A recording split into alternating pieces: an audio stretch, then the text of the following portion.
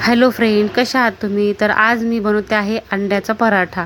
तर अंड्याचे तेच प्रकार खाऊन कंटाळा आला असेल तर एकदम नवीन रेसिपी घेऊन आली आहे.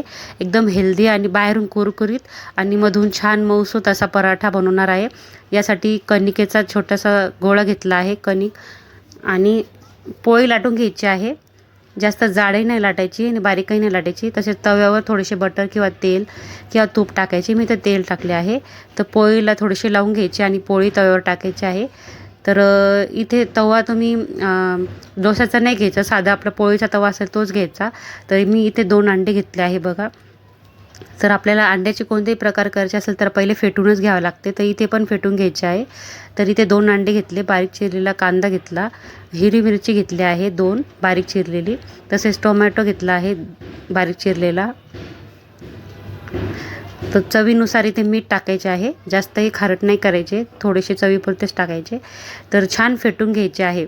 तर अंड्याला बघा फेस आला तर अंडे खूप छान फुगते. त्यासाठी थोडेसे फेस येईपर्यंत छान फेटून घ्यायचे. बघा फेस आला. नंतर कोथिंबीर टाकली इथे बारीक चिरलेली. तर बघा आपली पोळी छान फुगलेली आहे. तर छान शेकून घ्यायची. आता शेकून झालेली आहे. तर अंडे बघा असे सोडायचे आहे पोळीवर. तुम्ही एक पण अंडे घेऊ शकता. मी इथे 2 घेतले आहे, पण माझ्याकडून थोडेसे जास्त झाले आहे. एक घेतल्यामुळे ते छान लागेल त्याला. तर 2 घेतले आहे मी इथे. 2 पण घेऊ शकता तुम्ही.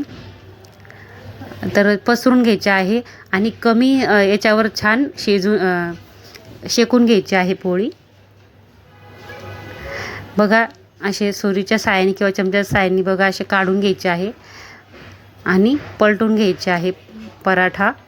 खूप हेल्दी रेसिपी आहे. बघा पराठा झाला आहे. थोडासा जास्त शेकला गेलेला आहे, पण हरकत नाही. तो काही करपट लागत नाही, चांगलाच लागतो खायला, टेस्टी लागतो. तर बघा आपले तयार आहे गरमागरम पराठा. खूप हेल्दी नाश्ता आहे, नक्की ट्राय करा. झटपट, अगदी झटपट होणार आहे. पीठ मळलेलं असेल तर अगदी 10 मिनटातच तयार होतो आणि छानही लागतो. मुलांच्या टिफिनमध्ये सुद्धा देऊ शकता. तर टोमॅटो सॉससोबत किंवा चटणीसोबत सर्व करू शकता. खूप टेस्टी झाला. नक्की ट्राय करा. व्हिडिओ आवडल्यास लाईक आणि सबस्क्राईब नक्की करा. भेटूया नेक्स्ट व्हिडिओमध्ये. Bye bye. Thanks for watching.